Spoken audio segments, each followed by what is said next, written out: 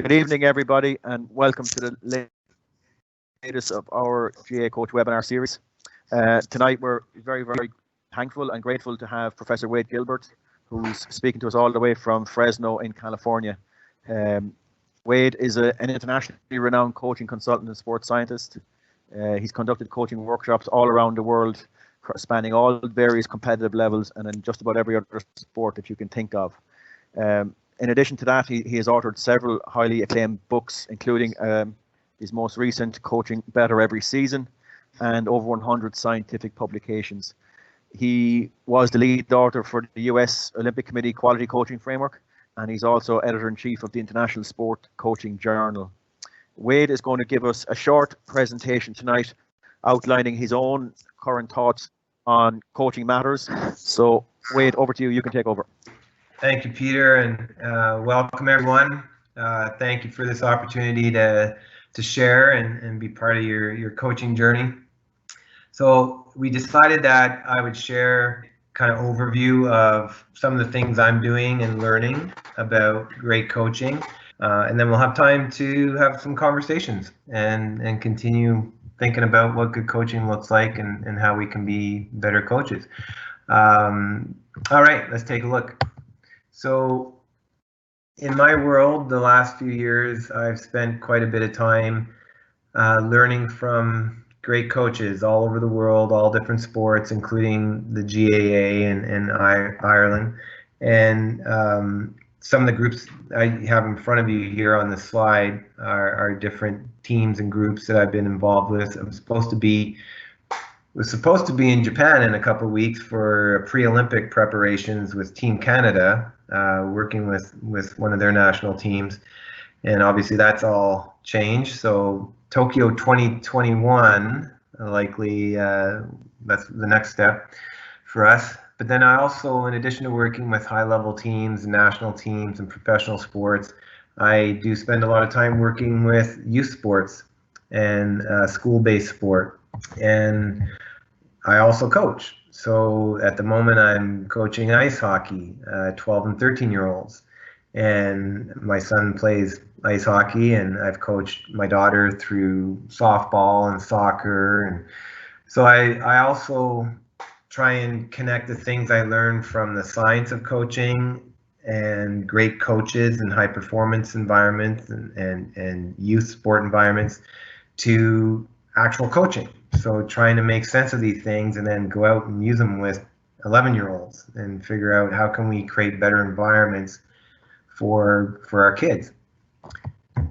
And I'll just give a quick little overview of some of the principles that I have found to be evident across all these different stories and journeys.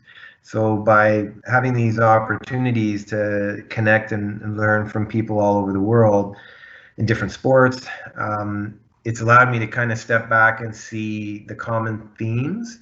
So we all use this term best practices. That's quite common. We look for best practices, but for me, it's really about best principles. So yes, it's interesting to learn what Irish Football Association does, or what American football team does, or Cricket Australia, but it's less about what they do and why they do it the way they do it. So what's the principle behind those practices? So I'm going to just open real quickly with the main question: what does good coaching look like? And I sometimes have a tendency to fall into scientific mode or academic mode and overcomplicate things. Just get to the point. So what does good coaching look like? And I was thinking about this before I got on the call today, and for me, this is what good coaching looks like. And I could sum it up in this one statement here at the top of this slide. Just remind yourself that sport was never created for coaches. And where I see coaches falter or get into trouble is when they forget that, or they never really thought about it, and they make it more about them and their needs. It's not for you. It's not about you. It's about them. And honestly, kids would be fine without coaches. and sports would go on and sport teams would find a way. So I'm not diminishing the role of a coach. I don't want you to get that impression, but it's really not about us. And we think about, all the research shows, why do kids play? Why do adults play? It's not to be coached. No one has really ever gone out, kids in particular, right, and asked if they could play sports so they could be coached. They want to be with their friends, they want to learn a game, and they want to have fun. And that's pretty consistent across decades of research. So if we remember, we're there to help them meet their needs for fun, friendship, and skill development and competition, not mine. It's about them, not me. That will keep our focus on building athletes instead of using them. And I've lived it, I've seen it, I see it every day. We have a tendency to use athletes instead of build them, especially kids. And it's even how you think about how coaches talk when they get together, like, who are we going to use on defense? Who are we going to use in goal? Who are we going to use for the game against another team on the weekend? Like, we even use that language. We use kids to win a game, but that's not the purpose of this. Yes, we want to win, and winning does matter, but it shouldn't be at the expense of using kids. It's for them, it's not for us. I remember having a friend visit from Canada, watching youth sport, baseball, I think it was, here when I was coaching, and afterwards, after the game, because he was watching multiple games, said, you know what? And these were 8-year-old kids. Said, this really isn't for kids, is it? This is about the adults. This is about the adult coaches playing games against each other. They just happen to be using the kids as their pawns in this game for adults. I said, yeah, you got a point. So it brings me to this slide here with a key message I like to remind people. We're in the people business. We're not a hurling coach. We're a kids coach of kids who happen to play hurling. So we coach people first, sports second. And this is an image here of Jill Ellis, former national soccer coach for Team USA. Had an opportunity to learn from her and spend time with her, and just reiterates most successful, only coach to ever win 2 World Cups in soccer. And it's about people, not soccer. It's about people first who happen to play soccer. So if we keep reminding ourselves we're in the people business, we build people who happen to play a sport, that will help carry us a long way. So I would like to take the last remainder of this kind of overview to focus on a couple of key points that I think would cut across any different sports setting. These are principles of good coaching. So how do we build athletes? How do we create the right kind of environment for peak experiences? How do we build trust in our teams? And then how do we create that right kind of team identity or team culture? And I'll be sharing this slide deck with Peter, and he'll post it. So if I go a bit fast at times, you'll have access to this after. So when we think about athlete development, we have a global framework now for understanding what our goal is. What's the target? How will I know if I'm a good coach? And it's not about how many games you win. If you do these 4 things, if you win these 4 outcomes, you will probably win more games. But more importantly, you're going to win kids, and you're going to win development. So that we refer to these as the 4 C's: competence, confidence, connection, and character. And these underpin all our global coaching frameworks at the moment. Competence is better athlete.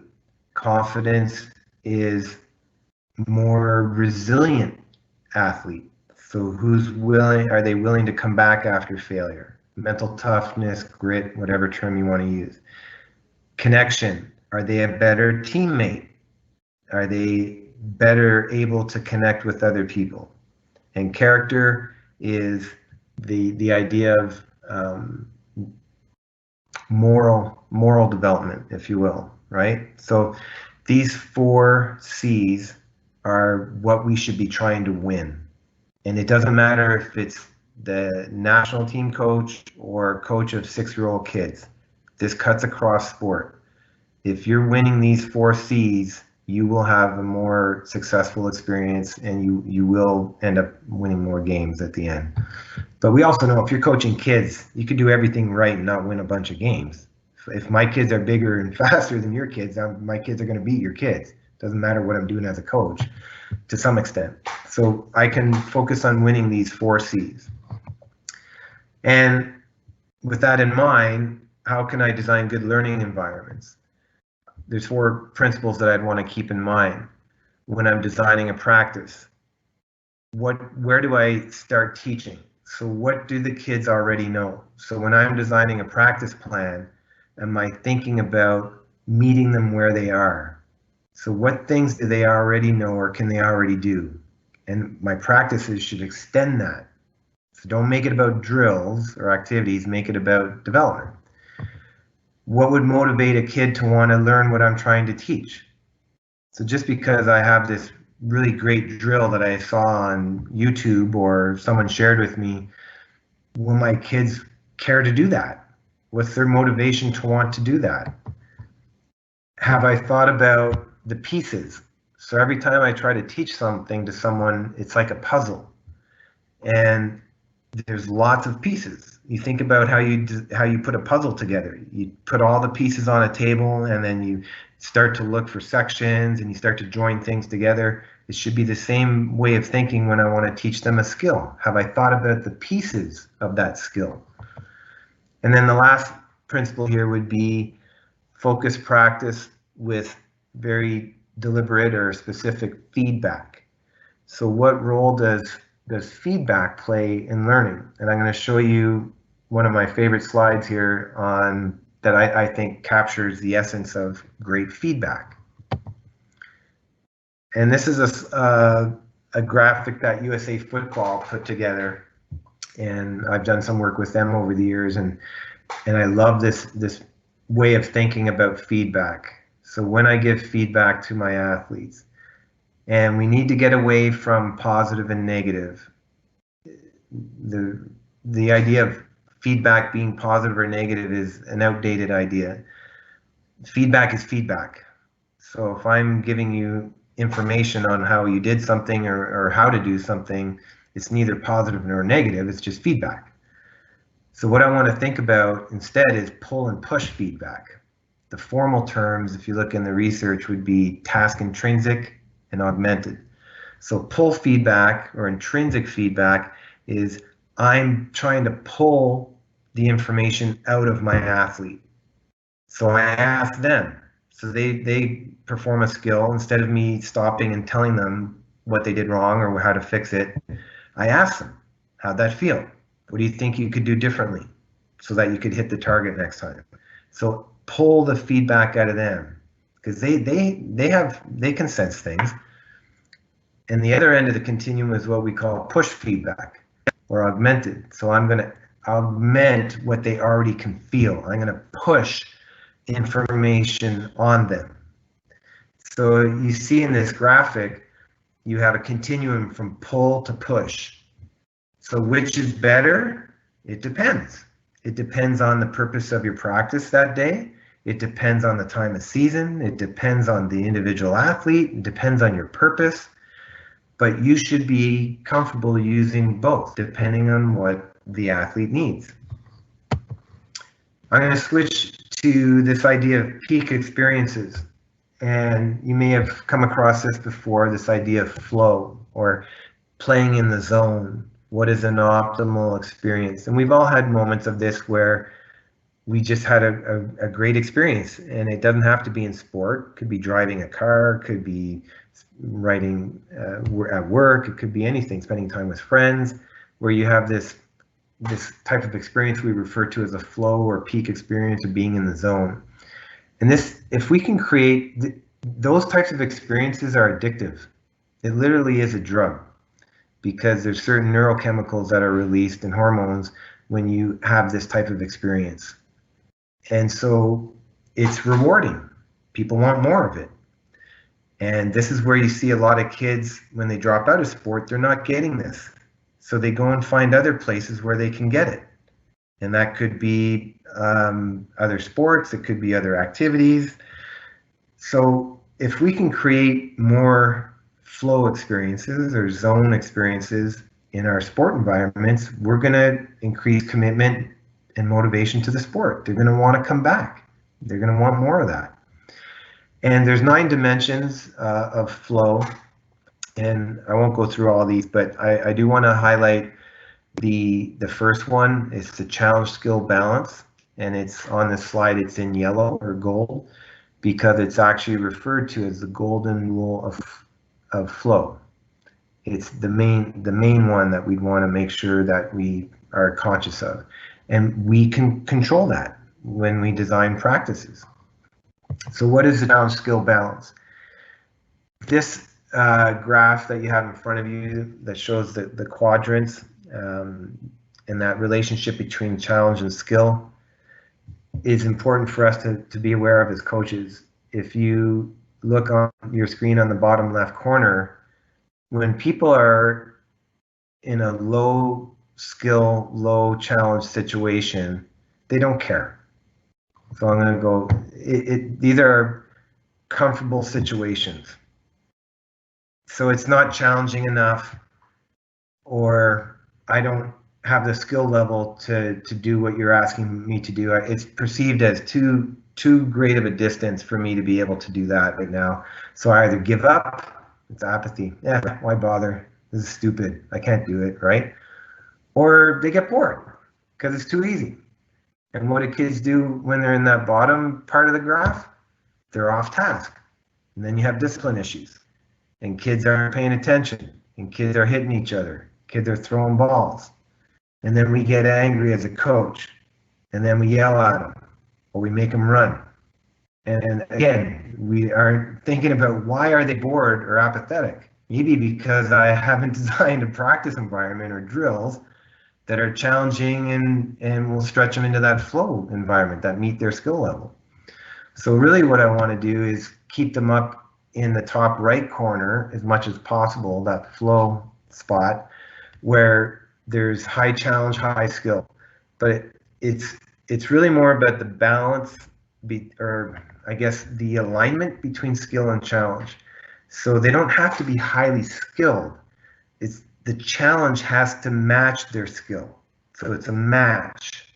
So this could be a novice. This could be a 5-year-old kid could have flow. And if you let kids play, if you got out of the way and just went to a playground or a park and just watch kids play, they're in flow all the time. Because when kids play on their own, they adjust the challenge to match their skill. If they don't spend a bunch of time on their own practicing or playing games that are too easy, they'd be bored. They stop doing it. So they make it a little harder, or they change the game, or they change the teams, move stuff around. So the challenge is raised a bit to more match their skill level. And if it's too high, so if kids get together and they play a game, if one team is destroying the other team and they're winning by a large margin, kids will stop the game and reorganize the teams because it's boring otherwise, right?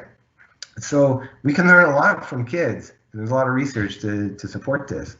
So what I want to do as much as possible when I design my practice environments and my club environments is create more flow, moments of flow, where the challenges I'm putting in front of them match up with their skill level, or maybe just a little bit beyond their skill level. So there's things that if they stretched and really paid attention and really tried, they could do it. And then once they can do that, I raise the challenge again. So I'm constantly moving that up as their skills rise. And it's more about the perception of the challenge, not the actual challenge. So the kids, this ties into confidence and belief. Do they believe they can do that? Do they believe they can meet your challenge? And that, you play a big role in that as a coach, and their teammates too, right? In helping them believe they can do things. Yes, you haven't done it yet, but you could. And so how can we build their confidence? through feedback, through giving them opportunities to succeed so that they can see it. They have to feel it and see it to believe it. This is just a graphic here that I pulled off this website. You have the website URL here. Just a different way of representing that. But ideally, we want to keep the kids in as much as possible in those flow moments. And it doesn't mean you will not be in those types of moments all the time. Like if you had an hour of practice, it wouldn't be an hour of flow. But there should be moments of it. There should be parts of your practice where they feel that, because that's addictive. Then it makes them want to come back. They want more of that. You can play with this on your own at some point. It's kind of fun. There is a website where you can take a little quiz and get a flow profile. It probably wouldn't be appropriate for little kids, but you could try it maybe with high schools or college teams. I've done it with some college teams, but just for yourself. It's a neat website, and you get a nice little report. Gets you thinking about how you design practices, and are there moments of that in my environment, in my club. Okay, trust. So when we think about another component of great coaching, more and more I've seen the central role of trust, how critical trust is. If people don't trust you, none of this works. Athletes have to trust you. That's what kids do with teachers, right? They're kind of testing them. That's what we all do when we meet someone. Basically, it's a game of posturing and feeling each other out, so that we're basically trying to figure out, is this someone I should trust? And so we see this more and more with the best coaches, that they realize this. And this is a nice quote from Steve Kerr, one of the best coaches in the world at the moment, saying, to me, the techniques and tactics, or the X's and O's, they're an important part of coaching, but relatively small part. 80% of it is just relationships and atmosphere.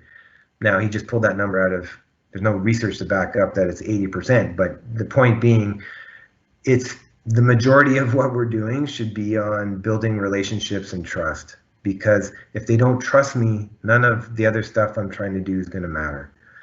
And Steve Kerr just started a podcast with Pete Carroll, who's an American football coach. And as far as I know, they just have the one episode right now. But people have really enjoyed this. That might be something fun for you to check out too. And we do know, with all the research on trust and performance, it's a pretty simple relationship. More trust, better success. Low trust, less success. So trust underpins performance.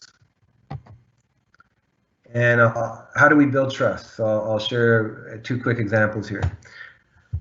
I always, it wouldn't be a presentation for me without a mention of Coach John Wooden. And he was very influential for a lot of people, our field, our discipline, our profession, and then me personally spending time with him when I worked at UCLA. So a group of us connected to him created kind of a framework for good coaching. We called it pyramid of teaching success in sport. And again, we won't go through all this here, but I just want to show you the cornerstone. So the cornerstone of great coaching is love. But the key is how it's defined. Because of course, we all can interpret love differently. And unfortunately, there are many scandals and issues around the world with sport and abuse. But the way we define love is acting in the best interest of each athlete. So if an athlete needs discipline and we discipline them, that's showing love. If an athlete did something well and they deserve praise, that's showing love. So it's coming all the way back to that first couple of slides I had, where it's about them, not us. Help them meet their needs. And if they need discipline right now, give them discipline. That's showing love. And it's interesting, I only learned this last year, but Coach Wooden had a pyramid. Well, I knew about this for many years, but he had his own pyramid. That's why we modeled ours after his initial pyramid called the Pyramid of Success. And this was something he spent decades building as a framework for great performers. So for the learner, these are the building blocks of competitive greatness for the performer. So ours is more for the coach. But if you notice in here, you won't see the word love in here anywhere. And which doesn't make sense, because he, to the day he died at 99, he always said the most important word in the English language is love. And yet the model that he left the world and is posted in gyms and offices all over the world, his pyramid of success, does not have love. So I never really thought much of it, to be honest with you, but a year ago I met up with a coach, a baseball coach, who shared an office with John Wooden at UCLA for many years. And he wrote a book about that experience. And he shared with me this story about how Coach Wooden integrated love into something he could share with the world before he passed away. So you may not be aware of this, but Coach Wooden wrote children's books as well. And it was a way for him to teach and share his message in a kid-friendly way. So he took his Pyramid of Success and he turned it into a kid's version. And that's what you see here. And you see all the building blocks. And you might be able to see it now where love is in here. So love is the mortar. Love holds the whole thing together. And I actually, it's funny because I have this book. I remember reading this book to my kids years ago. I never noticed the word love in there, because if you go back here, you can see it's very small print, and you'd really have to know it's there, or be aware of it and look for it. And then this coach who had spent all this time with him said, "Wait, I was with him when he died." And we talked about this and talked about, life and regrets. And he said one thing he was always bothered by is that he never had love in his pyramid. So when he wrote the kids' book, he made sure he put love in there, and he has the word love in there 96 times, because he wrote this when he was 96 years old. So that gave him peace of mind that he was able to still put that out there in the world before he passed away. And we see this more and more, kind of an awakening around the world in all sports, different levels. I was in Australia doing an event, and someone shared this with me. It just came out in the news. And it's this idea about vulnerability. So how do we show love to each other? How do we model love? And a great way to do that is to be vulnerable. Share our stories, share our fears, share our dreams. Those are all ways to show love, which builds trust. And there's a little exercise that a lot of teams have been using lately, from youth teams to pro teams. It's called the 3H exercise, Hero, Hardship, Highlight. And I put a little image there of John Gordon and his newsletter. And if you search for that, you'd find a description of it. And it's a fun activity that you could adapt to any team, any context. And it's a great way to build trust.